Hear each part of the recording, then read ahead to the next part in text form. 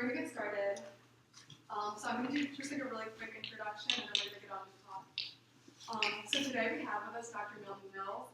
Dr. Mills graduated in 1991 from Stanford University in the School of Medicine, and he completed his internship and residency training at the University of California, San Francisco, I'm sorry, and then Georgetown University Hospital in Washington, D.C.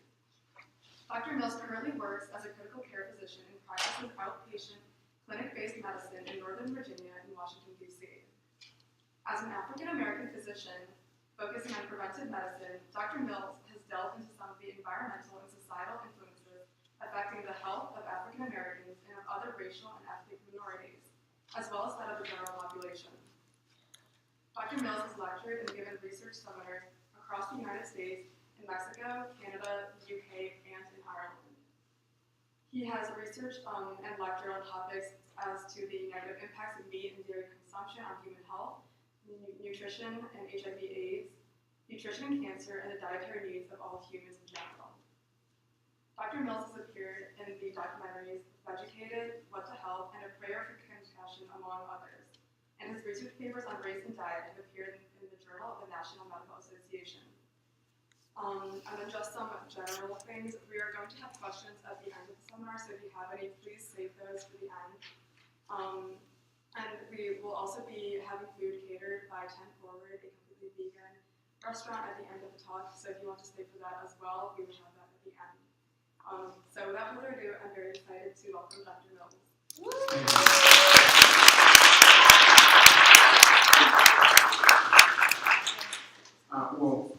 Thank you guys for inviting me. And the topic of our lecture today, as you guys know, is the impact of historical, racial, and ethnic bias on the health profile, on the dietary guidelines, food support programs, and the health profiles of ethnic communities within the United States. And I gave this lecture here last year, and it was well received. But in thinking about the lecture, I realized that I talked about the impact of racism and racial bias on communities of color without actually talking about racism itself and what racism is. And it's really difficult to truly understand how and why racial bias and racism has the impact it does on communities of color without actually exploring, at least to some extent, the topic of racism. Because racism is kind of our nation's original sin. And it is truly one of the most persistent and pernicious evils that manifests itself within the United States. And anyone who's been paying attention and who is conscious and not demented knows that it informs almost every aspect of our political life, particularly nowadays. And it's a very difficult topic to deal with, both for those affected by it, but for everyone in general, because there's just a lot of uncomfortability and even guilt associated with talking about it, because I think for when you talk about racism, a lot of it has been created, perpetuated by sort of the larger society, which oftentimes means Caucasian people. And as a result, a lot of times, I think white people tend to feel guilt associated with that. And I want to talk about that because we have to get past that in order to deal with this. And so the way that I sort of think about this is when it comes to issues of sexism. Because as a man, being born into a profoundly sexist society, there's no escaping the fact that our society abuses, mistreats, and places women at an extreme disadvantage. And as a man, I, to some extent, have to, I certainly have to acknowledge that. Now, so this brings up ideas of personal versus collective guilt. So the fact that I'm born into this sexist society, I didn't personally create it. So I don't necessarily have personal guilt, but as a man in this society, I do have some part in the collective guilt. And what that means is that I have personal responsibility to, number one, examine myself, to number one, accept the fact that just being born in this sexist society and being raised here, I am going to unconsciously absorb sexist notions and ideas despite, my best efforts, my parents' efforts to raise me in an appropriate fashion, and that is my responsibility to try and rid myself of those notions. And also that whenever I see sexism manifesting itself, it's my responsibility to help to call those things out and try and help change those things. So, I think we have to take a similar attitude about racism, that, this is not about personal guilt, but it is about understanding that as a society, there is some collective guilt we all have to deal with, and that we all have a personal responsibility to accept what has happened in the history of this country and what is still happening, and do what we can and what we should do to identify these things, call them out, and try to work towards a solution and resolution of these problems. And this is important because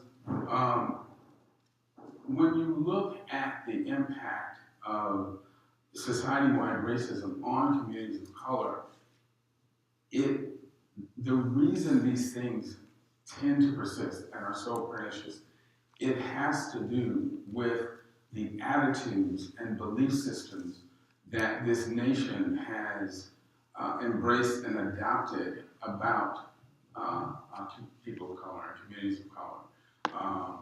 And that's why, at some level, we as a society are willing to accept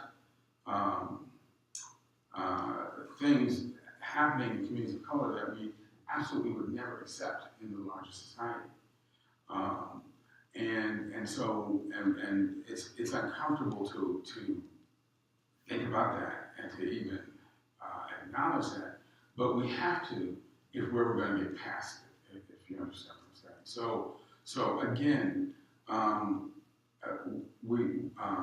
you guys heard about the book called White Fragility? It's a very good book. It's actually written by I forget where this professor's from, but it's an excellent book where, and the author herself is Caucasian, and she talks about the uncomfortability that white Americans often feel with dealing with this, the whole issues surrounding racism, and why there's a tendency to dismiss and deflect the questions and issues that are raised just because of the feelings of guilt and uncomfortability that come up when these issues are raised. But because we tend to want to dismiss it, and we say things like, "Oh, well, I don't see color," which every time somebody says that, I think to myself, that's a problem because I'm black and I feel like being black.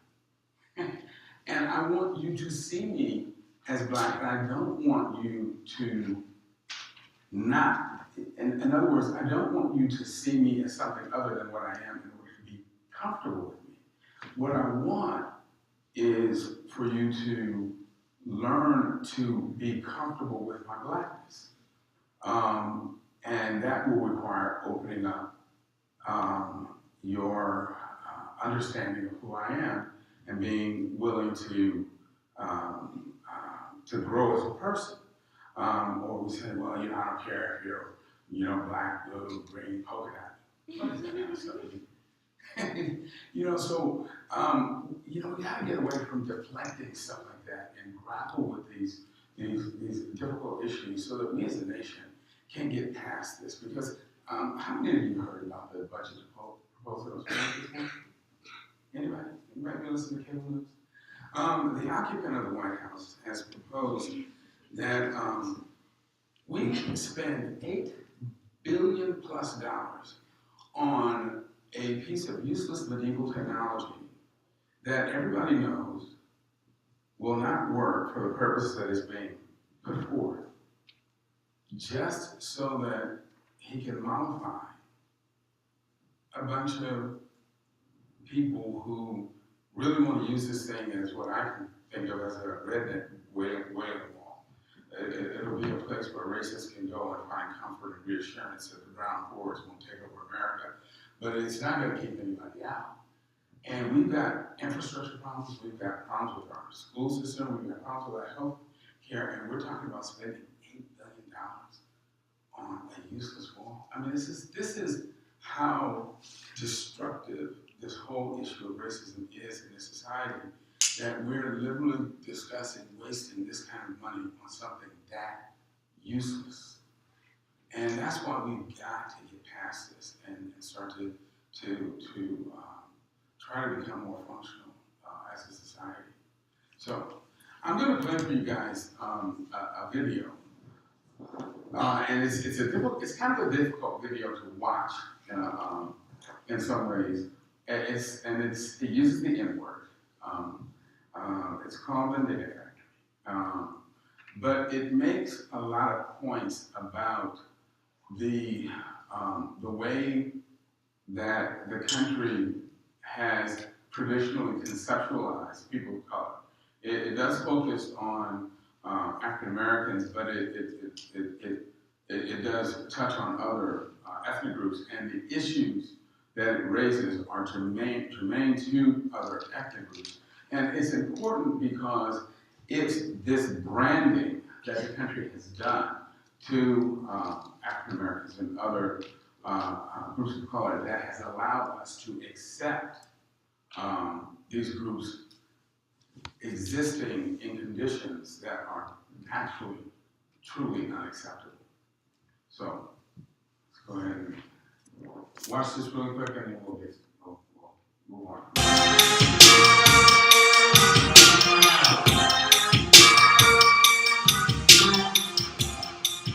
Thank you.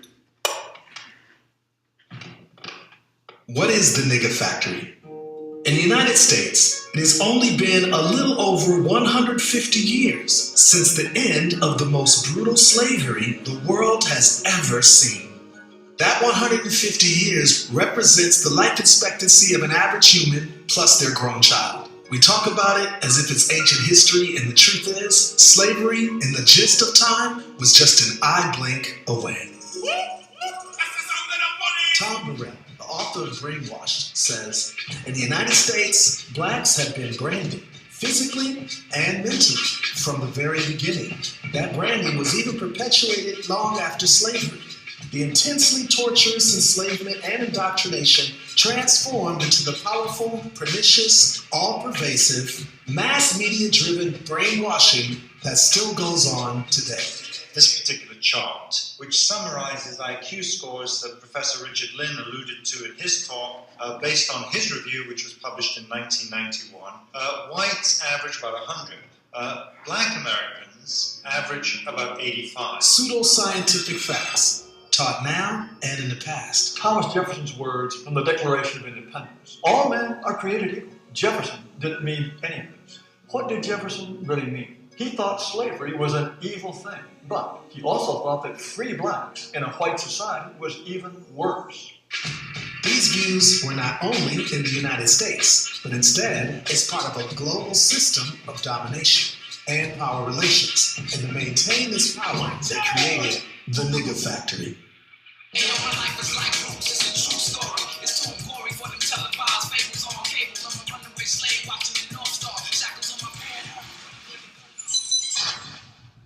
One of the reasons why I stopped doing hip hop up until just recently was because when Get Like Me was the #1 song in America, I got a chance to travel internationally. And I got to see the way that America was depicting black men. And for the most part, it was rap videos. And at that time, that's when reality TV shows had just started. And like, we looked really bad. And I was a real big part of that. And I just couldn't do it no more. Like, no matter how much money people paid me at that time, I just couldn't continue to send black people's images to hell. I gotta say something to the gangster rappers. I know a lot of y'all support me, y'all text me, y'all show me love, but I got to say something to y'all Negroes. And I ain't talking to all of you, but most of you. 12, 15, 16 albums of gangsterism, selling dope, sexually exploiting black women, going to jail, worshiping European materialism, got our kids strung out on cars. You Negroes need to get your act together. Facts. I'm tired of turning on the damn TV and I see Negroes worshiping chains, worshiping cars. Every rap song, the same shit. Money, women, kill somebody, go to jail, smoke some weed, worship materialism. Every album is the same. It might be a different rapper, different clique, different city, different flow, different beat, but the content is the same. 24 hours a day, 7 days a week, with the advertising and the marketing aimed directly at teenagers and even kids as young as 9 years old. It's like the old English 40 ounce of music aimed directly at black and brown people, teaching behavior and worldview, justifying, promoting, and normalizing criminal behavior, which reaffirms the 400-year marketing campaign waged against black people since the beginning of slavery. And through stereotypes, it continues to separate brown and black people from the world by glorifying behaviors that can lead them to prison or competitively marginalized. This is the nigger factory. Public Enemy is one of the most successful hip-hop groups of all time. Chuck is consistently ranked as one of the top MCs and lyricists of all time. The whole game and trick is that they get time on their side and get a couple of generations who are really combative about it to get old and pass on and trick the new generation and throw toys at them to hold them off. And one of the biggest crimes is the MTV networks and the Booty and Thug network of BET that's hijacked hip-hop and rap music. And their whole games is to extend teenage years to 35. And this has been the principle since 1990. Let's turn teenagers from 17 to 35. And when they wake up out of the fog at 36 years old, they feel that, with 3 or 4 kids, they're paralyzed to move left or right. And so they got to go with the flow. Historical facts show some things were created by racists centuries ago to redefine black people. And a lot of it, as they say in marketing, has been sticky. Meanwhile, other things that have purposely been created to redefine blacks positively don't stick. But why? One of the greatest propaganda campaigns of all time was the masterful marketing of the myth of black inferiority to justify slavery within a democracy. Ingenious. Tom Burrell, marketing veteran. When Thomas Jefferson wrote the Declaration of Independence, announcing the self-evident truth that all men are created equal, at that very time of writing that, he owned some 175 slaves. That's how contradictory race relations started. He didn't think blacks were very intelligent either. As he put it, quote, their existence appears to participate more of sensation than reflection. This pop culture image of blacks as lower than, beast or brutes, sluts, unable to think in higher vibrations and intelligence, justified the racial inequalities that people saw, not only in white people though, but also in blacks, and every other race that were brainwashed by the factory, also from Jefferson. He wanted blacks deported and separated from whites so that they would be, and I quote, Beyond the Reach of Mixture, the American Colonization Society. At the inaugural meeting of the society, Henry Clay explained its purpose, quote, to rid our country of a useless and pernicious, if not dangerous, portion of the population. Some of the most famous early Americans were not just members of the Colonization Society, they were officers. Besides Madison, there were Andrew Jackson, Daniel Webster, Stephen Douglas, William Seward, Francis Scott Key, Winfield Scott, and John Marshall. These names were high-ranking officials in the United States. My brother went to John Marshall High School. There's likely street names with these names on it in your town. From scientists to presidents, to lay people of all races, the true humanity of black people were consistently challenged, subhuman, a fraction of a human being. But Abraham Lincoln, the great emancipator, didn't he believe in racial equality? No. During the Lincoln-Douglas debates, he said this, I am not, nor ever have been, in favor of making voters or jurors out of Negroes. There is a physical difference between the white and black races which I believe will forever forbid the two races living together on terms of social and political equality. This was going on worldwide. Europeans had to deal with it since the first slave in Portugal, and in America since the first slaves in Jamestown, 1619. How can they justify this huge divide between the freedom-loving rhetoric that they espoused, mixed with this total and thorough addiction to free slave labor, knowing that it would make them the most powerful forces in the world? So, the factory began. As said before, scientists, biologists, psychologists, marketing maestros started a brand. They perfected that brand over 400 years to the present day, where it has been generationally normalized to where even most black and brown people would have it no other way. They know no other way. They've become conditioned to accept the image that was started by racists, to where they look at it as our thing, our culture, our niggas. Of course, there's slews of people who are activists, woke, culturally proud, but the factory keeps on producing these same images at such a consistent rate that the woke among us, if they don't have the same consistency nor machinery, they can't make consciousness permanent or stick. The law of Sir Isaac Newton states that for every action, there's an opposite and equal reaction. That would be where we need to be. So far, it's not the case. All of the countermeasures, noble and admirable, at this point are no match for the 400-year marketing campaign of the nigga. So even occasional afros and progressive breakthroughs on TV, movies, and songs are unfortunately not enough to the constant exposure of twisted images, violent and dehumanizing themes from the factory. So, please join me for the next episode as I go a lot deeper and further expose this factory, why I chose to use the word nigga, the deliberate and the indeliberate players in the factory, and just how high up this factory goes. I think it could get heated, and hit dogs may holler. In the meantime, push the subscribe button, share this video with everybody you know, and get ready for the next compelling episode of The Nigga Factory. All right, so I hope you appreciate that without understanding the philosophy of racism and how at its base it seeks to define people of color as less than and somehow intrinsically defective, we can't fully appreciate how, in its historical context, it impacts communities of color. And has anybody here been to the African American Museum in Washington, D.C.? Cool. I would encourage everyone, if you get the chance, to go.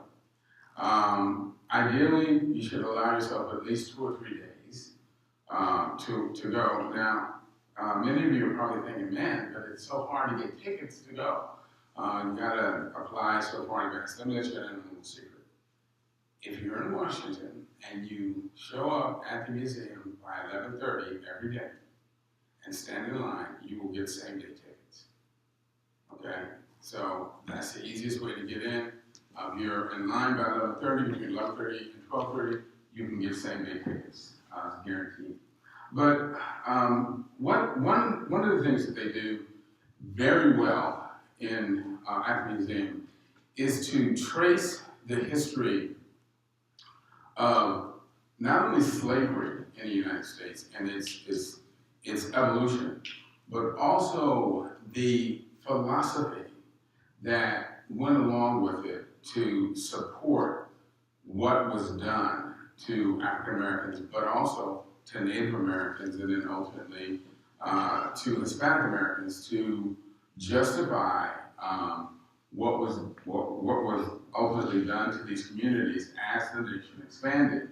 And it turns out that in the early colonial periods, prior to the United States becoming the United States, it was true that the very first Africans who were brought to the United States were functionally not very different from indentured servants brought over from Europe. The earliest Africans brought to the United States actually had the ability and the right to work their way out of slavery and to ultimately buy their family members out of servitude. But then, as the Carolinas got established and the cash crops of first rice, then tobacco began to take off, there came a need for a lot more labor. And as the need for labor increased, that's when the demand for African slaves began to increase, and then you had the initiation of the slave codes. And that's when the colonies began to write laws that actually codified the idea that Africans were genetically inferior to white Europeans, and therefore it was acceptable to keep them in a state of perpetual servitude from which they could not either buy their way out or escape. And ultimately, when the United States became the United States, that idea that black people were, again, genetically and materially inferior to white people was codified into law. Up until the early 1800s, slavery in the United States actually was sort of a family affair, meaning that slave families were allowed to remain relatively intact because when a plantation owner needed more bodies, he simply bought new slaves. But I think it was around 1808, the international slave trade was outlawed. It became illegal to import new slaves from Africa. And that's when the United States slavery evolved into the domestic slave trade. That also coincided with the invention of the cotton gin. And that was important because the cotton gin allowed the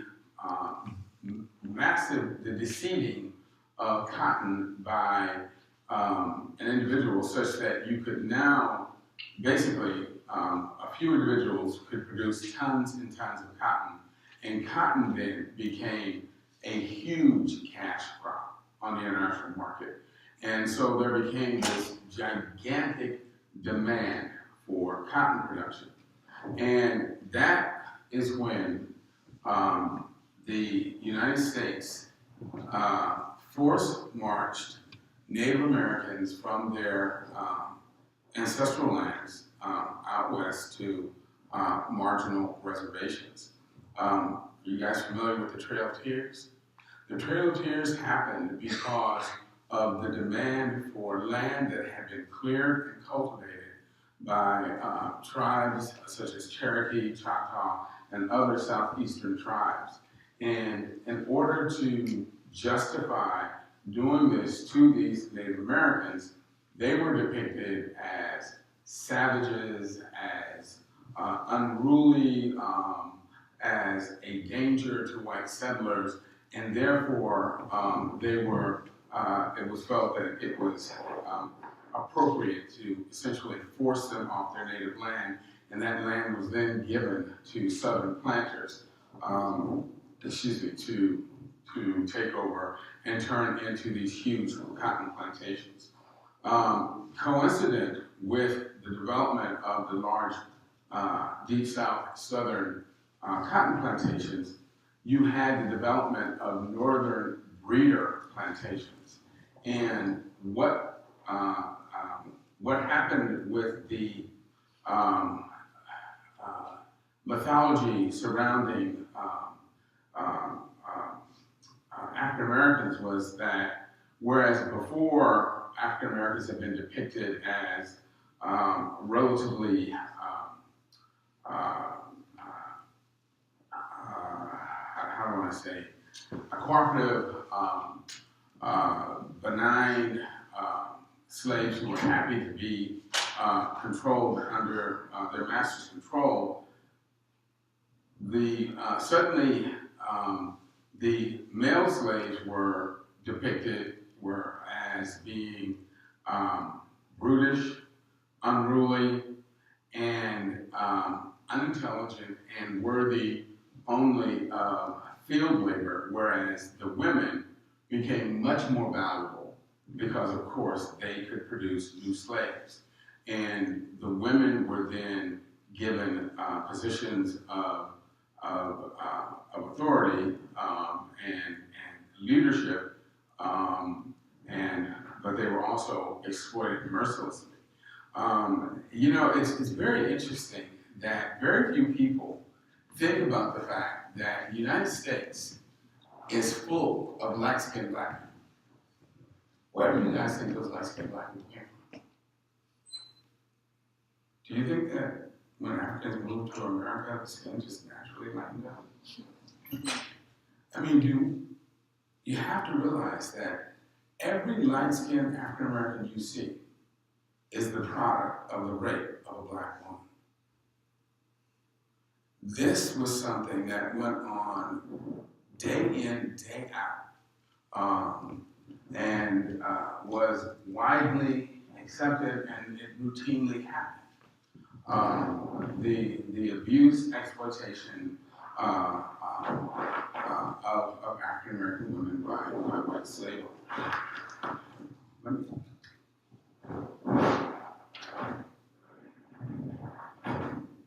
Not sure why this is making so much noise. Oh, wait a minute. Maybe we can move it to this side. Yeah, that's better. Okay. Sorry about that.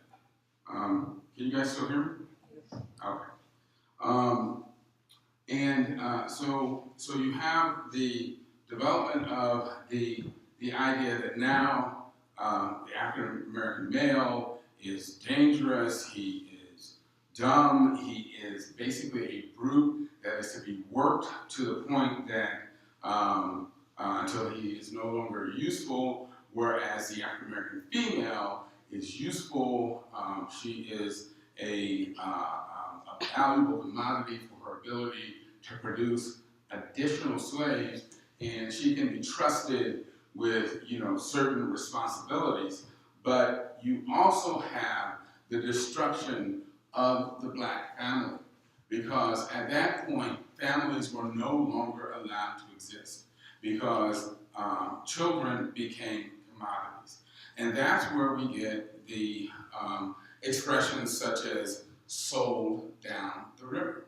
Because as slaves were being produced in these northern tier plantations, they were literally sold down the river to southern plantations or run out of town on a rail. They were shipped down south on trains. That's the origin of these expressions that we've all become familiar with.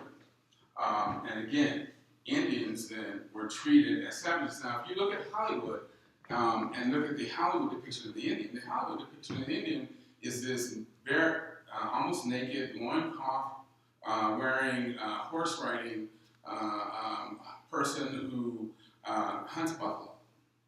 But what is the story of Thanksgiving? The story of Thanksgiving is that the Indians saved the Pilgrims with what? Buffalo meat? No.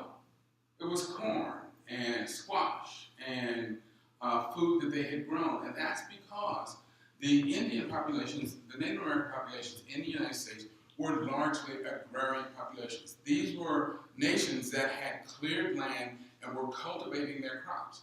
And in order to drive them off their land, the United States deliberately destroyed their crops to reduce them to a situation of food dependency.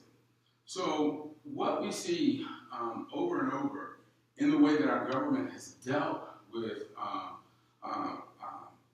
minority population is that we take people who are food secure, food independent, and destroy their culture and put them in a position of food scarcity so that they become food dependent, and then that is the way in which they are controlled. Now, this was most obviously done with African Americans by taking them from Africa, where they were living independently and had their own cultures, and then confining them to the slave labor camps we call plantations, and then force-feeding them the garbage of those plantations, which is why so-called soul food consists of things like pig's feet, pig ears, neck bones, entrails known as chitlins, and the less desirable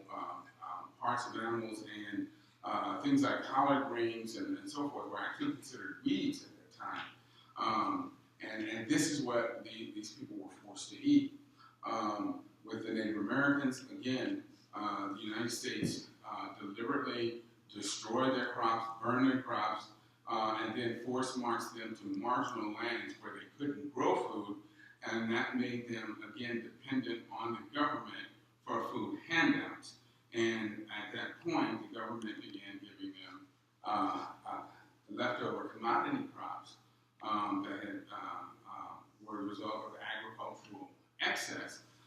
But these are the kinds of foods that, again, when eaten in excess, you're talking about white rice, white flour, canned meat, milk, sugar, alcohol, and so forth.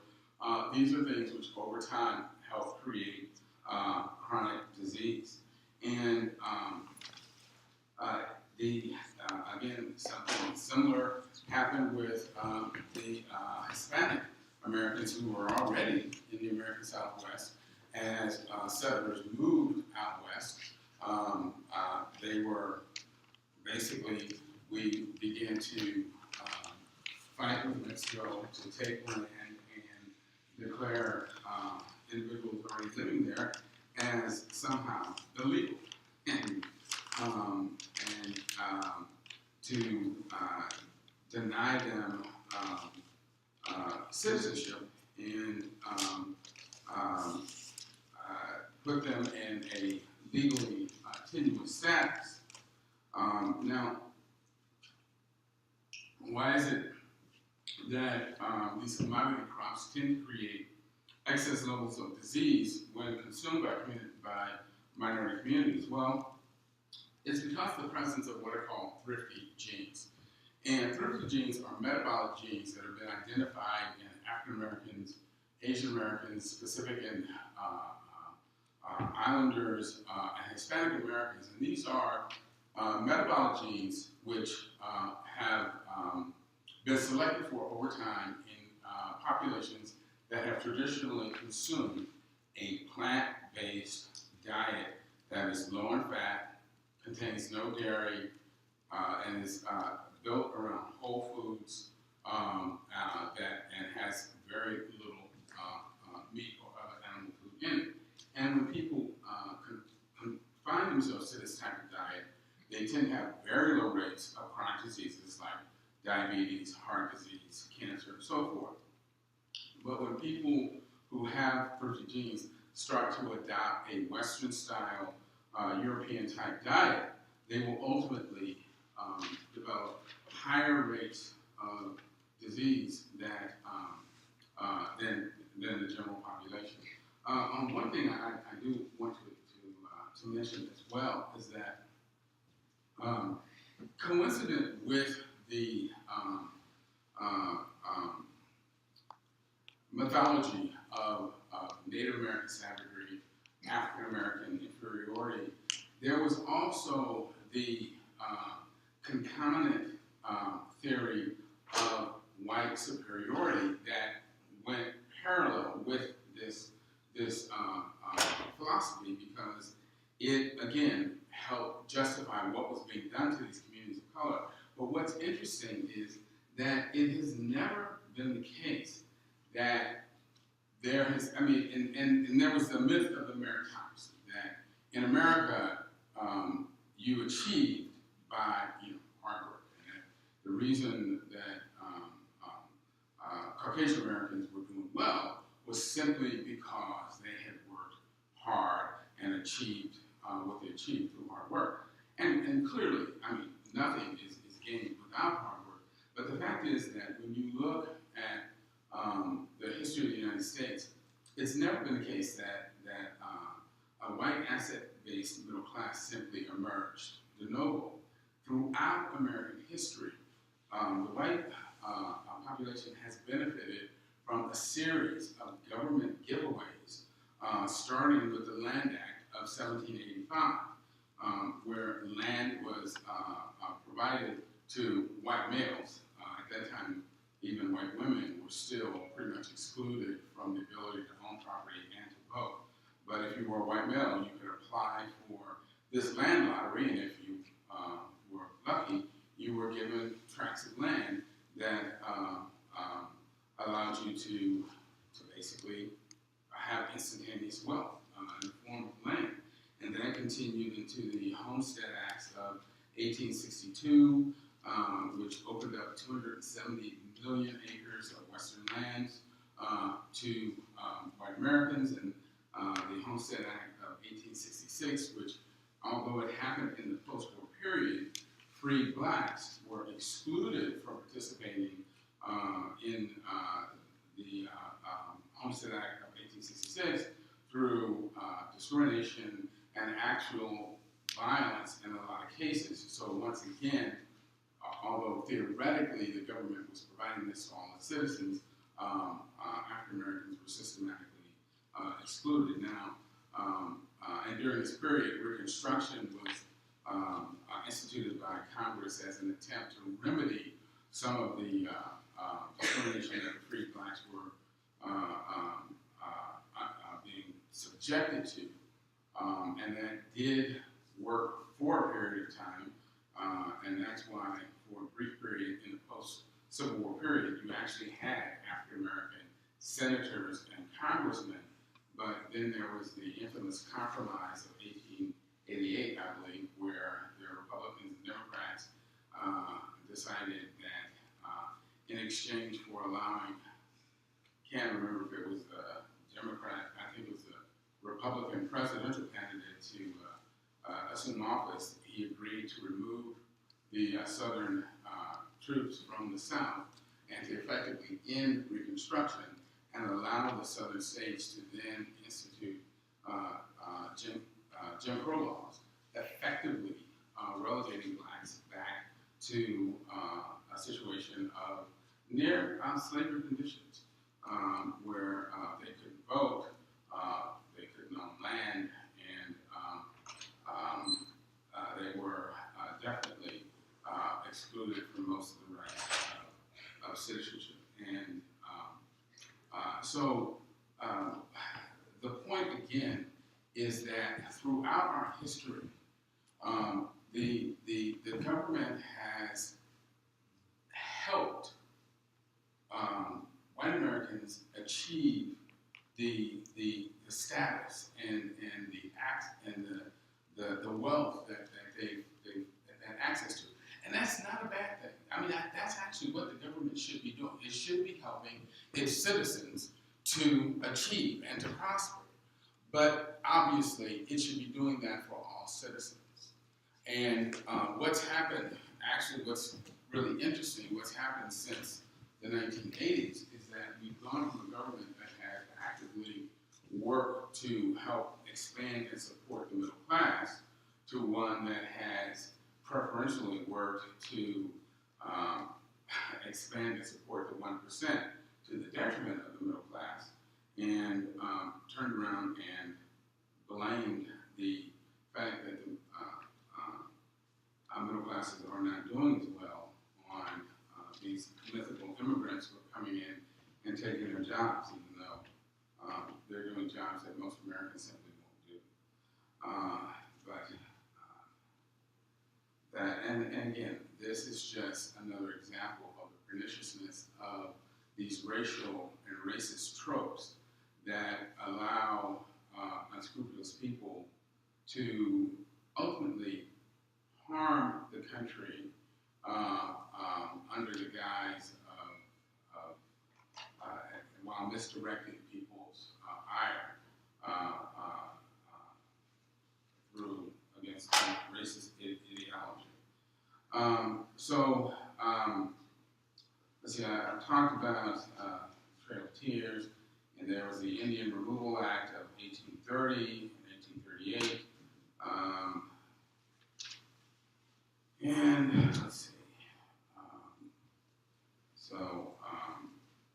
So again, the Native Americans again were forced onto so-called reservations, which were marginal lands where they could no longer raise their own crops, be food secure, food independent, and they became dependent on government handouts. And they were given, again, these commodity crops, which were some of the most unhealthy foods. And so, once again, when you have people in a situation where they're dependent on government handouts, then the government basically uses them for agriculturalists to make money. So you have this confined population, and then somebody over here says, hey, let me sell you leftover products that I have to feed these people, so I can then make money off of this. And these are frequently some of the most unhealthy foods. So it's sugar, canned meat, cheese, corn syrup, canned milk, white flour, processed grains, and so forth. Let's see.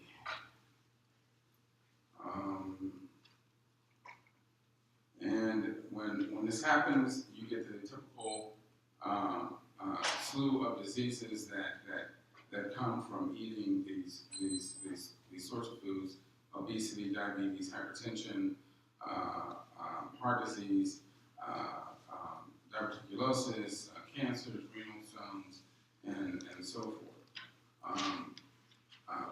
Racism has further impacted the health profile of communities of color through things like redlining.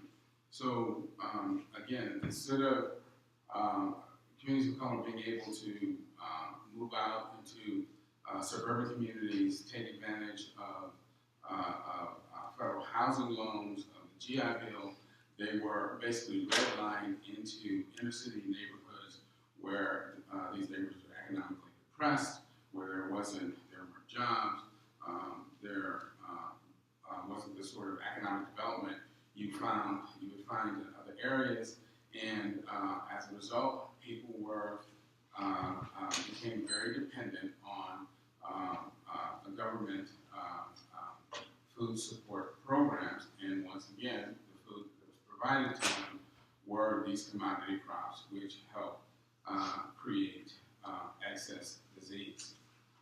Jim Crow laws and practices actively restricted and blocked access to better education, jobs, and housing, limited social mobility and economic advancement, and it's estimated that these practices cut the earning potential of African Americans and other people of color by as much as 50%.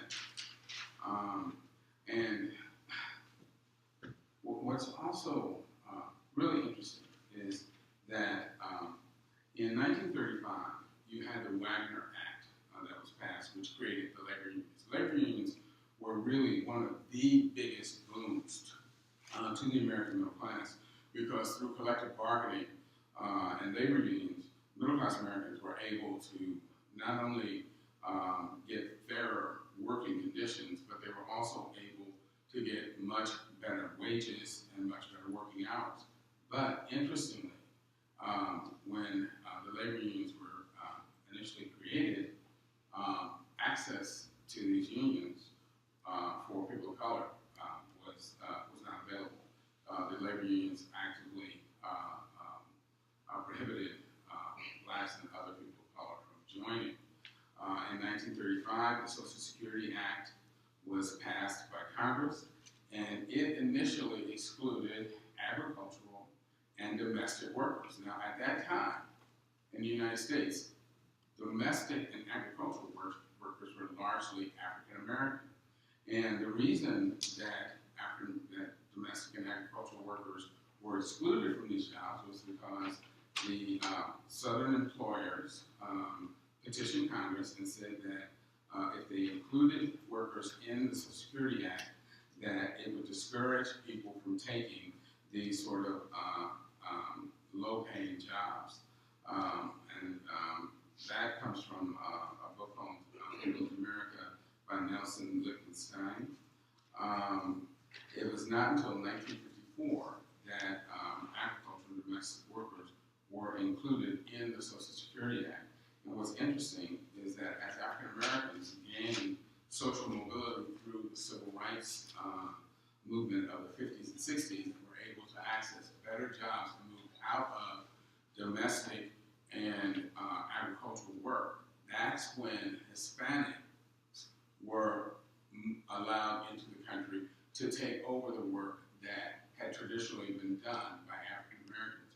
And so now you see that much of the agricultural work and the domestic work that previously had been done by African Americans is being done by Hispanic Americans. But we are intentionally keeping them in a position of being quote unquote illegal, because that is what allows their wages to be kept artificially low. It's just, it blows my mind that people talk about illegal immigrants when everyone knows that if there weren't people employing these laborers, they wouldn't be here. Trump and his sons employ them in all of their properties. The huge meatpacking plants in the Midwest are all staffed by undocumented workers.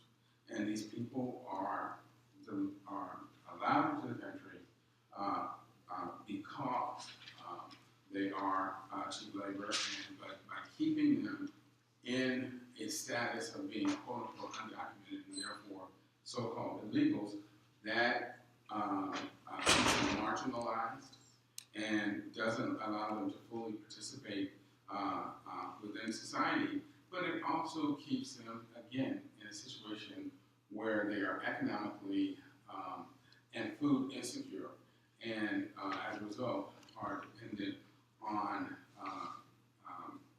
handout programs for their food, which means that they often do not have access to the healthiest and best food, which then is reflected in the kinds of diseases that we see prevalent and rampant within these communities. So let's just talk a little bit about some of the government food support programs. And if I were to ask which was the very first government food support program that was created, how many of you would think it was the food stamp program? Show of hands. Okay, how many of you would say it was women, infants, and children? How many of you don't know? Well, it turns out that the very first government food support program was the school lunch program. All right. was here last year cannot answer this question. When was the school lunch program created? Come on, give just a guess. All right, we're just gonna move backwards. Was it the 1980s, 1970s, 1960s? Does anybody think it was before 1960s? The school lunch program was created in 1946. Isn't that a jaw dropper? And you know why it was created in 1946? Because at the end of World War II, the United States had so massively ramped up food production. Because remember, we're fighting a two-ocean world war. We're providing food not only for our armies on both sides of the ocean, but we're also providing food to Britain, to Russia, to all these other countries. Suddenly, the war ends, and these farmers are producing all of this food, and there's nobody to buy it. And they basically went to the government and said, if we don't find something to do with this food, food prices are going to crash, and the economy is going to suffer. So the government said, tell you what, let's buy it up and feed it to school children. And that is exactly why the school lunch program was created in 1946. It had nothing to do with concern about underfed children or wanting to provide better nutrition for these kids. It was simply as a way of supporting prices for farmers. And, you know, hopefully it did have some sort of positive impact. But that was the reason it was created. The next program that was created was the food stamp program, and that came into existence in 1964. First recipient was a white family in rural West Virginia, and but the choices of the food that is provided to families is often restricted due to the fact that people frequently live in food deserts. The next program to be created was WIC, Women, Infants, and Children. That was created in 1972. To qualify to receive WIC funds, a family has to be at less than 185% of the federal poverty level. And the items provided to these families are juice, milk, cereal, cheese, eggs, and canned fish, legumes, peanut butter, and to a lesser extent, fruits, vegetables, bread, and rice. And then finally, the U.S. Dietary Guidelines were created in 1980. Now, I was under the impression that the U.S. Dietary Guidelines came out of the Department of Health and Human Services. Is that correct or not correct? That's very smart. Very good. Dietary guidelines are actually put out by USDA. And that's because the reason the U.S. Dietary Guidelines were created, again, was not because people were concerned so much about the health of Americans, but it was created as a way of encouraging Americans to consume more of what was produced by American farmers. And as a result, when the Dietary Guidelines made their first appearance, they were heavily weighted towards the consumption of animal foods.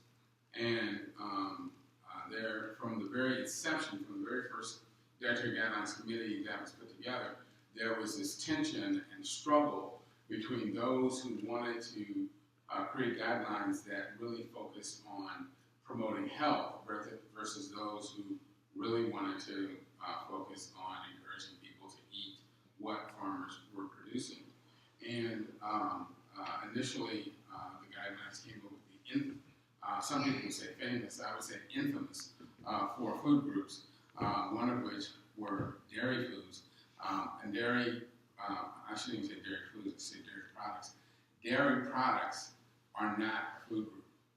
Dairy products are something that people can choose to eat, but in no way, form, or fashion are dairy products either necessary or essential for human health.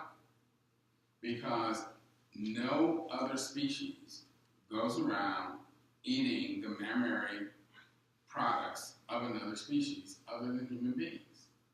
It's crazy. Milk is a biological fluid created by mammals to feed its particular young.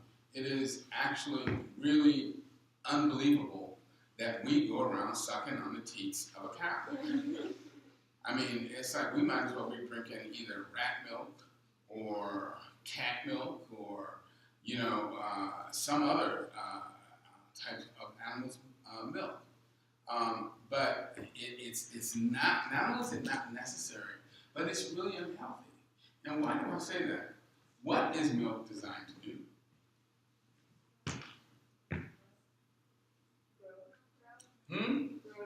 Grow babies. Right. So you got a baby. Milk is designed to make that baby grow. What else is it designed to do for that baby? The baby is born with a mature or immature immune system. Immature. So the other thing the milk is designed to do is stimulate that baby's immune system. So if you are already an adult animal and you start taking in a substance that is trying to make your cells grow, what will that make your cells do? What happens when adult cells that should be quiet and minding their own business start trying to grow? They turn into tumors. And those tumors can be benign or they can be cancerous. And when your immune system starts getting overstimulated, you can actually develop problems all the way up to autoimmune diseases. And one of the most significant issues associated with consumption of dairy foods is the exacerbation of asthma and sinusitis. That's why kids or people with respiratory illnesses should not be consuming dairy. Why is that? Well, one of the primary ways that your respiratory system keeps itself clean is by producing what? Producing mucus. Come on, you guys know this. I just gave you clues. And that's, all day long, our respiratory system produces mucus, traps dirt, bacteria, viruses, and we either spit it out or we swallow it, and it gets eaten up by the acid in our stomach. But if you start overproducing mucus, that starts to clog up the bronchioles in your respiratory system, which can, again, make you, if you have asthma, it can exacerbate the asthma, it can clog up the passageways in your sinuses, make sinusitis. It can also cause overproduction of oils in your skin, which can exacerbate asthma and cause a number of problems. And if you look at the data, habitual consumption of dairy foods is associated with a number of problems, including cancer, diabetes, acne, asthma, and so forth. There is no reason for human beings to be eating dairy products. Now, what is the number one reason we're told that we should eat dairy products? Calcium, right? Calcium. So, and is there calcium in cow's milk? Yes. I want a resounding answer to that question. Is there calcium in cow's milk? Yes. Yes. There's lots of it. Do cows drink milk? Yes. So where does that calcium come from? It comes from the stuff they eat, the green leafy vegetables. My point is, there is plenty of calcium in plants. You do not need milk to get calcium. That is one of the most ridiculous lies we have been told. Has everyone here seen an adult male moose?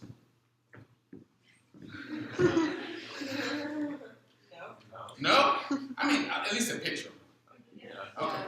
They got these giant antlers, right? How long does it take them to grow those antlers? 50 years. 50 years?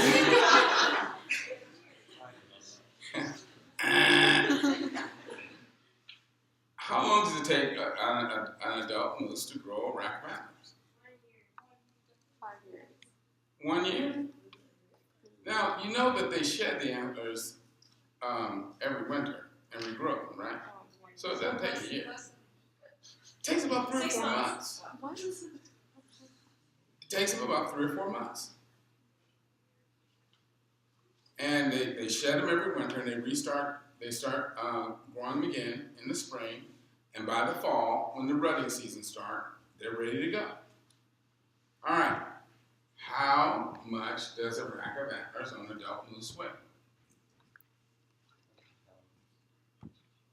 You guys are not going to know this on tape. About 85 pounds. What are they made out of? Bone. All right. How tall are you? 6 feet. Good. You are just the man that I was looking for. If I were to take this gentleman, flake all of the meat and skin and flesh off his bones, and weigh his skeleton, his entire skeleton would only weigh 25 pounds, and it took him a good 20 years to grow that skeleton. So an adult moose grows a rack of antlers made out of solid bone that weighs 3 times what his skeleton weighs in 3 months, eating nothing but green plants. My point, ladies and gentlemen, is that there's plenty of calcium in plant foods. You don't need dairy food, but it gets better than that, because the fact is that dairy foods have never been shown to protect your bones against osteoporosis. Worldwide, and again, I want you all to assume that I'm actually Sarah Sanders. Thank God I don't look like her, but just assume that I am Sarah Sanders and I'm lying to you. So look at everything I'm telling you. Worldwide, the incidence and prevalence of osteoporosis correlates with consumption of dairy foods. Harvard Nurses Health Study showed that the women who ate the most dairy foods had the highest risk of hip fracture. And the reason is that there's so much animal protein in dairy foods, it causes you to lose more calcium in your urine that you can actually extract from the milk that you drink. So dairy foods are not the way to get calcium. And then the last point is that African American women are genetically protected against getting osteoporosis. For some reason, African American women have super dense bones, and nobody really understands why. And they simply don't get osteoporosis. So there's just no reason for you to be eating dairy foods, and lots of reasons not to eat. Let's look at the effects of some of this government policy to eat this animal foods in the diet. So when you look at diabetes, 1 out of every 2 Hispanic Americans is at risk of developing diabetes. African American women have 10 times the risk of Caucasian Americans for developing diabetes. African American men are 7 times the risk. Furthermore, once an African American develops diabetes, we are 240 times more likely to end up with a limb amputation and over 100 times more likely to end up blind or on dialysis due to renal failure. Asian Americans develop diabetes at much lower body weights than everyone else. So with most other groups, it's as they become obese, their risk for developing diabetes goes up. Asian Americans eating a Western-style diet will develop diabetes even when they're thin. So it's definitely the food. If they stick to a plant-based diet, they don't show the increased risk. People who develop diabetes are estimated to lose an average of 17 years of life. When you look at Native Americans, for instance, the Navajo Indians, half of the Navajo Nation have diabetes right now. When it comes to cancer, African Americans have the highest rates of colon cancer. We also have the highest death rates for colon cancer. The guidelines are going to eventually come out that recommend that African Americans start screening for colon cancer at age 40 rather than 50, because we're getting struck with these really aggressive and deadly forms of colon cancer. Our African American men have a 60% higher incidence rate for prostate cancer. And once we develop prostate cancer, we're more than twice as likely to die from it relative to Caucasian American men. The number 1 risk factor for all men when it comes to prostate cancer is consumption of dairy foods. Breast cancer rates are rising fastest in Asian American women eating an American-style diet. And African American women have higher death rates from breast cancer than Caucasian American women. Pancreatic cancer rates, pancreatic cancer is the fastest rising cancer for all Americans, and it is particularly deadly. By the time people are typically diagnosed with pancreatic cancer, it is already spread throughout the body, and most people have 6 months or less to live. And pancreatic cancer, again, is directly related to diets that are high in animal protein and fat and low in plant foods. Breast, prostate, pancreatic cancer, and colon cancer are all linked to a Western-style diet. Heart disease is the #1 killer for all Americans. African American men and women and Hispanic men have higher rates of heart disease than everyone else. Now, let me just make this clear. Slightly higher, okay? I don't want the white people in here going home and thinking, okay, I'm cool, I'm good. No, it's bad for everybody. It's just worse. So think of it this way. For the people of color, it's like jumping off a 15-story building. For the white people, it's like jumping off a 10-story building. We're all still going to die, okay? So, all right, we all need to change. Let's see. All of these diseases are preventable by changes in diet and lifestyle. Now, autoimmune diseases, this is really, really telling.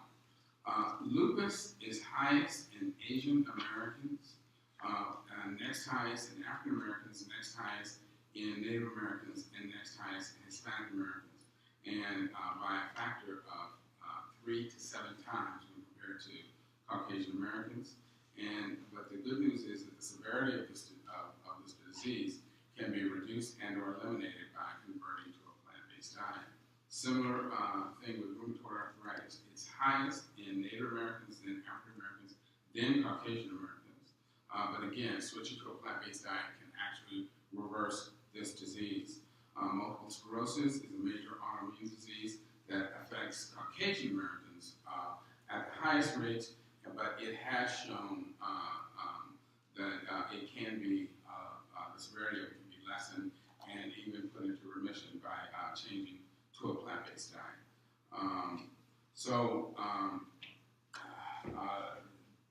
It's very clear that by changing our diet, we can reverse a lot of the chronic disease that we are seeing, and we can undo the impact of a lot of this historical and personal problems. So, I tried to talk about the impact this society-wide racism has on communities of color. And the thing that I want you guys to appreciate is that this acculturation that we all go through, it not only affects us sort of globally, but it also affects us personally. Because it's impossible to be raised in the United States and not be affected by these images and the things that we are taught, both,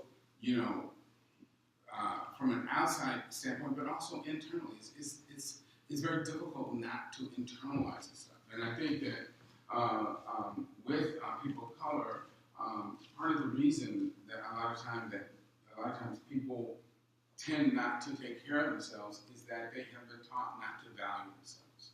And the thinking is, well, I'm going to die anyway, or, everybody in my family dies young, so, what's the point? And there's this adoption of this rather self-destructive approach to life. Well, I'm just going to party and do whatever. And again, that comes from this idea that you're not worth very much. And so we all have to challenge that, not only collectively, but also personally, and reject this idea that we don't have value, and take personal responsibility for learning to value ourselves and to care about the way we treat ourselves and the way we treat each other. And as we learn about how to eat and live and the impact our lifestyle has and our diet has on our health profile, we need to share that information with our community so that people can come to understand just how important diet and lifestyle is in terms of helping to reduce the risk of developing chronic diseases, or even helping to reverse these diseases once that they have developed. And with specifically with respect to the vegan community, we have to understand that our agenda may not necessarily be someone else's agenda. And what I mean by that is that a lot of the many people who are chosen to become plant-based or vegan do it because they are rightfully moved by the plight of animals, and they are horrified by the abuses that we visit on the other beings that we share this planet with, and they become so emotionally moved by this that they feel like everybody should feel this way, and they want people to choose to be plant-based because they care as much as they do about the animals. And we have to understand that when somebody is living in a situation where just getting through a 24-hour day is a struggle, they may not immediately be able to appreciate the struggle that a chicken in a battery cage is going through. That doesn't mean that they're not a good person. It just means that they have more immediate concerns. But David Carter, who's an ex-football player who's a vegan, has a saying that I think is important to remember. He says, animals don't care why people stop eating them as long as they stop. So the point is that while it may be animal rights that moves you, it may be health concerns that actually will move this person over here, and that's fine.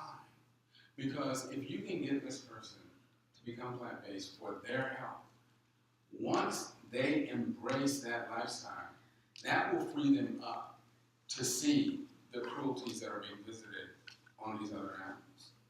But in the meantime, they've stopped eating them in the first place. So we have to be open to meeting people where they are, allowing them time to grow, and helping them to understand all of the reasons why it's important to become plant-based. The other thing is, I know vegans who are perfectly happy to live on hummus and pita chips. Everyone a lot of people need something that's a little more interesting and a little more tasty. So let's just, again, realize that, when we invite people to share our food, let's make sure we have something interesting to share with them, and something that actually tastes good, because we don't want to scare people off by making them think they have to live on granola and celery sticks. So respect different agendas, be culturally sensitive to where people are, and a couple more things. I have a friend who's Jewish, and Roberta frequently makes a parallel between what was done to Jewish Americans in the Holocaust and what we do to animals in factory farms. And Alex Hershaft, who's a Holocaust survivor, actually also makes that parallel. And I see their point, and I think it's a valid comparison, but it's not one that I would ever try to make, because I don't think that I have the moral place to make that comparison. Likewise, when I went to the African American Museum, and as I was, again, moving through the museum, and I saw how after the domestic slave trade came into being, women became valuable and the black males became expendable, I immediately saw the parallel between what happens to male chicks and male calves, that the female animals become exploited, the male animals become expendable. That is an analogy that I can make. But as a white person, don't make that analogy because people will tend to misunderstand what you're trying to say. So the point that I'm making is that there are certain comparisons that are valid, but you may not be able to make them depending on who you are. You understand what I'm saying? So let's just be sensitive to those things so that people don't misapprehend our point or what we're trying to say.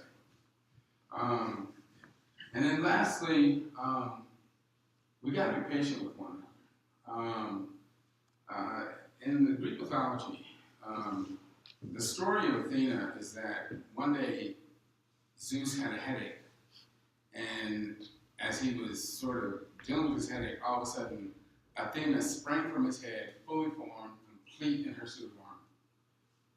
Well, very few of us came to being as plant-based people that way. We usually had to grow into it, we usually had to evolve. And so we have to allow others that time to grow and evolve just as we did and not demand that just because we're here now that they get here right now. So let's be patient, let's be supportive, and let's give each other space to grow. And thank you guys for your attention and your time.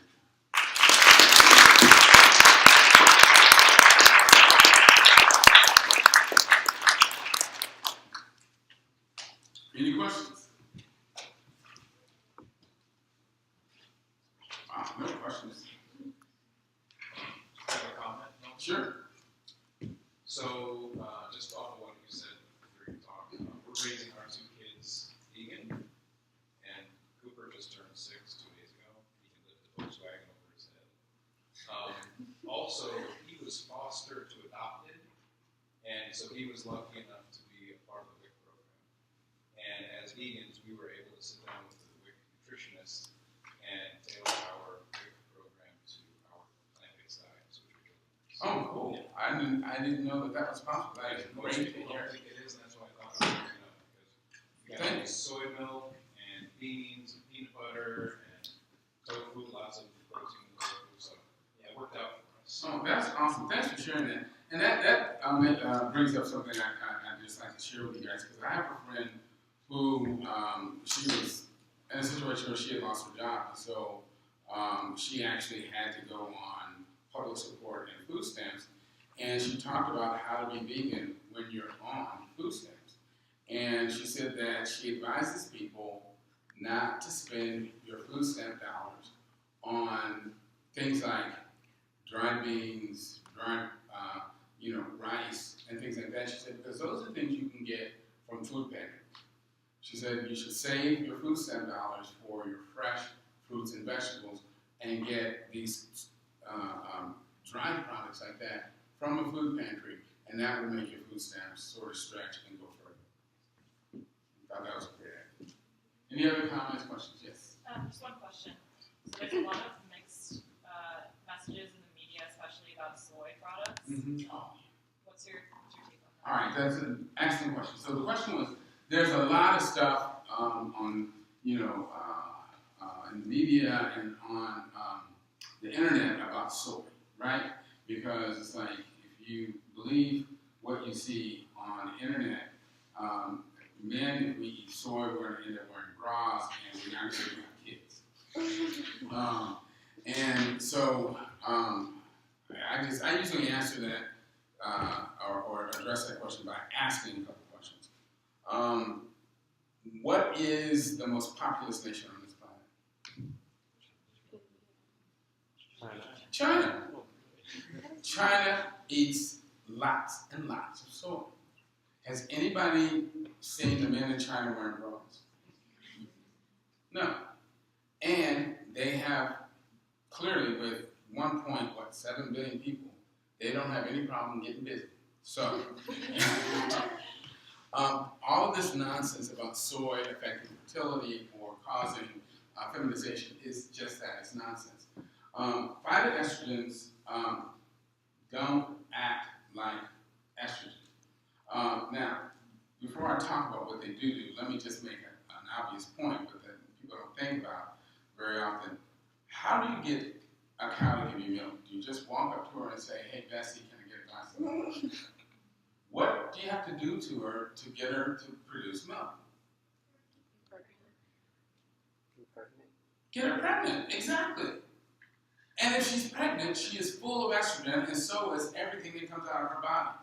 So it always blows my mind that people are concerned about phytoestrogens while they're drinking a tall, frosty glass of milk that's full of actual estrogen. It's crazy. So phytoestrogens, actually, there are two, in women there are two estrogen receptors. There's estrogen receptor 1, estrogen receptor 2. Estrogen receptor 1 is the one that is responsible for female secondary sex characteristics. Phytoestrogens attach to estrogen receptor 1, but they don't activate it. So they kind of act like sort of a weak tamoxifen in that they lower total estrogenic activity, so they're protected. But they do attach to and activate estrogen receptor 2, and that's the one that is responsible for bone health. So they actually help your bones become stronger. So they're very beneficial. And in men, these phytoestrogens stimulate our liver to make more of something called sex hormone binding globulin, which will bind up our testosterone and lower level the total amount of free testosterone, which again lowers our risk for prostate cancer, BPH, or benign prostatic hypertrophy, and other unpleasant problems. So again, it's all beneficial, nothing more. So another hand, person. Okay, yes sir. Do programs that you were talking about with food assistance differ if you live in a city or like in a food desert or just areas where it's harder to get it? So, repeat the question. Do programs such as food stamps and WIC differ by area depending on your personal access to food? So the question is, so do food stamps and WIC differ depending on what kind of access to food that you have? And so as far as I understand it, the programs themselves don't differ, but what you may have access to just might differ. So for instance, yeah, if you're living in a place where you don't have like a supermarket, a good supermarket that has a lot of fresh produce or fruits and vegetables, then obviously you won't be able to use your food stamps to buy fruits and vegetables. And one of the ways that some cities have tried to deal with that is by having farmers markets periodically so that people can spend their food stamps dollars at farmers markets to buy this fresh produce and so forth. But yes, it can differ based on the availability of foods. And if there is an area in your city that is a food desert, then that's one of the things that can be helpful is to try and see if you can get the city to create a farmer's market at least a couple times a month so that people will have access to these fresh produce. Wait, follow up to that. What do you mean by an area in a city that's a food desert? So food desert has a specific definition, and I think it's any area where there is not a store selling fresh produce within a 10-mile radius, I believe is how it's defined. Yes. So your talk focused on the way in which Black people have been branded throughout American history. Right, and I wanted to make it clear, it's not just Black people, but it's Native Americans have been branded as savages. Hispanics have been branded as illegals. So yeah, there's branding that goes along with each group. Right. Yes, and how this has affected their diet today. And you also talked about how it was oftentimes difficult to target the individual and making them switch to a plant-based diet. So is there a systematic way that we can fix this issue of like the unhealthy POC diet? So, so the question is, we talked about how this branding has impacted our image of various people of color, both collectively and also individually, is how we see ourselves. So what do we do about it? Well, I think one of the first things is by realizing that it's there, realizing that the way that we view ourselves, the way that we view each other may be a product of this branding, and that we have to work to counteract that. Because in that little video I showed, it showed these children in cages.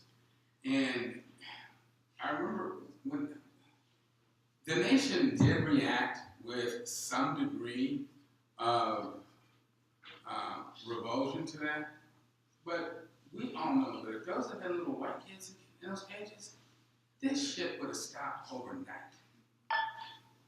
And when those two children died in the custody of ISIS, if those had been white kids, the level of outrage would have been so much greater. But the reason it was tolerated to some extent was because, well, they're illegal. Their parents shouldn't have brought them here. I mean, we have bought into this BS at some level. When we hear about unarmed black children being shot to death by the police, yeah, we think, oh, that's terrible, but there isn't the horror and anger and absolute fury that there should be, and it's because at some level, well, you know. And so that's what I'm saying, that we have got to realize that we have all had this branding put in our brains at some level. And even we as black people, when we, or I would say as people of color, when we look at how we live or perish or the things that we do, we have to ask ourselves, am I doing this or am I willing to do this because at some level I don't value myself the way I should? You can't, some of the things I didn't talk about, but the fact that unhealthy foods are targeted to communities of color. So you go through an inner city and you can't get past McDonald's, Popeyes, Burger King, Wendy's, all of these fast food places selling this very unhealthy food because these restaurants are targeted to communities of color. You go into a wealthy suburb, you never see these places. What makes that allowable and acceptable? To target these unhealthy, disease-causing restaurants to these poor communities. I mean,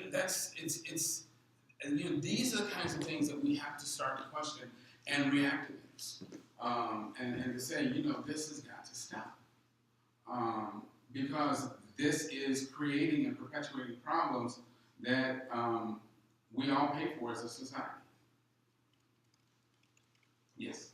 So do you think, these social programs like SNAP or WIC don't work because, they're disproportionately used by minorities, but they're based on, dietary guidelines that have been, made for, a mean of the population, which is, mainly Caucasian?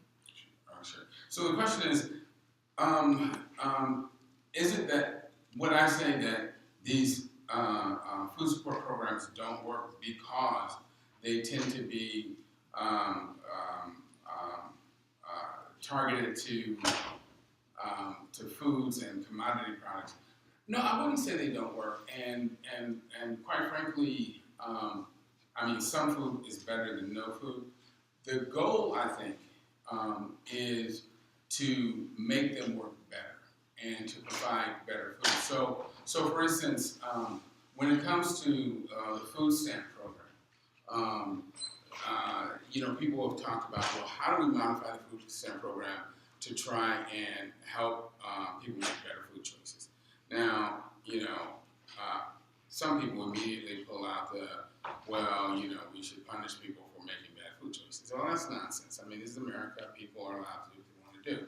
So you don't punish people from choosing things that we think is less healthy. But what you can do is reward them for making better choices.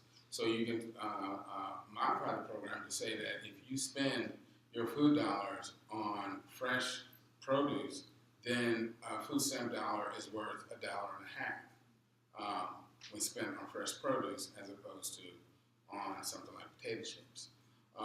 And in that way, you can encourage people to make better choices. But along with that, we also have to provide the education that helps people understand why making better choices is better for them. And then with programs like WIC, where we're actually providing food for the mothers and the children, we do need to make sure that we are providing better choices for them and healthier choices for them and their children. So I would say we have to work to modify the programs and make them better as opposed to abolish them. And that's actually being done with the dietary guidelines, because you look at the dietary guidelines today, they are so much better than they used to be. I forget what it's called now. Is it the power plate, whatever it's called? Is just, I mean, it's just light years better than the 4 food groups or that stupid food pyramid, which was just confusing and should have been a food funnel, because they would have oils and meat and all that stuff at the top, and that should have been at the bottom. But no, it has gotten better, and that's important because, as you point out, the food school lunch program is required to adhere to the dietary guidelines. One of the things that I would like to see the guidelines do is get rid of the dairy component altogether, because it's not necessary, and it's going to make a majority of kids of color ill if they eat this stuff.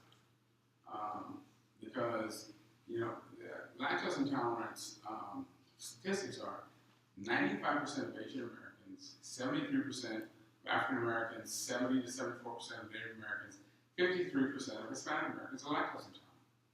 So it makes no sense to provide these kids with something that's going to make them ill. It's crazy when there are alternatives that are just as good that are healthier and won't make them ill. Yes?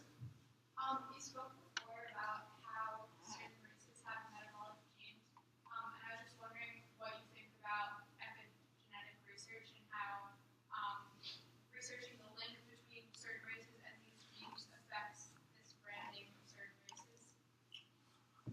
So the question is, what do I think of the emerging science of epigenetics and how that will impact sort of the branding of races? Well,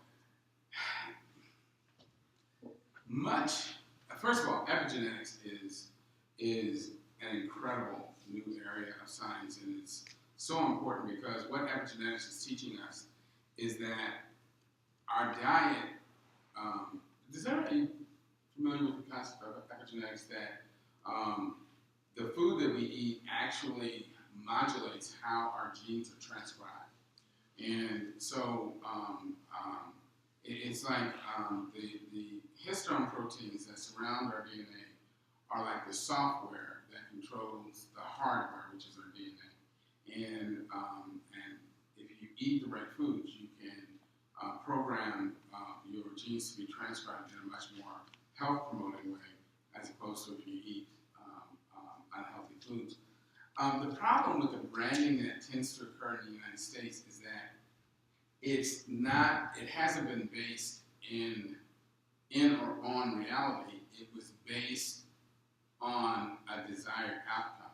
So, for instance, African Americans were branded as being inferior not because there was evidence for that, but because the slave owners desired to keep us in a state of servitude. And then even after the Civil War, there was a desire to subjugate blacks, and therefore it was desirable to portray us as being criminally prone, subject to needing to be basically controlled and even largely incarcerated for society's good. So, and with respect to the branding, that we're going to have to deal with, I think, from a societal standpoint, to say that, you know, we've had enough of the racist BS, and we've got to get this racist monkey off our back as a nation, and start to see each other as equals and try to move beyond this nonsense.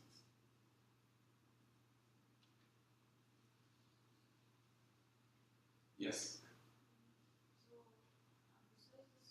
Can you speak up a little bit? I think. Besides the snapping the wig program, I think the American government and other communities have programs such as Feeding America. Do you think that's effective? Do I think that you're really soft-spoken?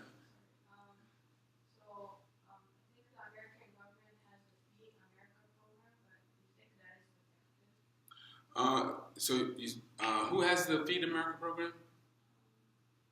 I think it's American government. I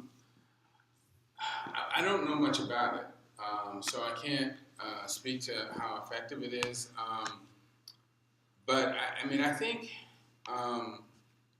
any program that is designed to help get good food into the hands of you know, hungry and needy people is a good thing. The one thing that I think we have to make sure is that we're really trying to get good food to people who need it, and not just moving stuff out of a warehouse so that somebody can make money off of it.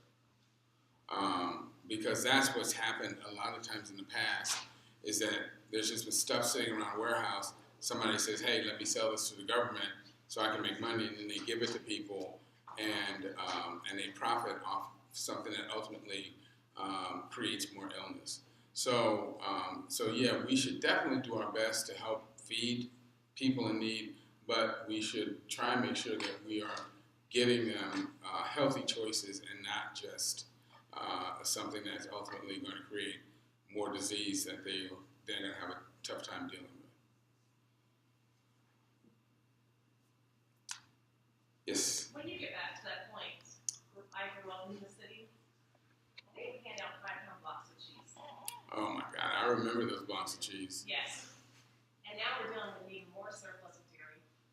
So you're going to see. Yeah, no, you're right. And I mean, the fact that there is more surplus dairy is kind of a good thing, because it means that people are eating less dairy. But to see it being dumped on or dumped into poor communities is less desirable, and we just have to try and educate people about better alternatives in eating all that cheese, because oh my God. Hi, so we got catering from Head Forward Cafe, and it's actually just right outside these doors right now. So we can take the Q&A out to the Sure.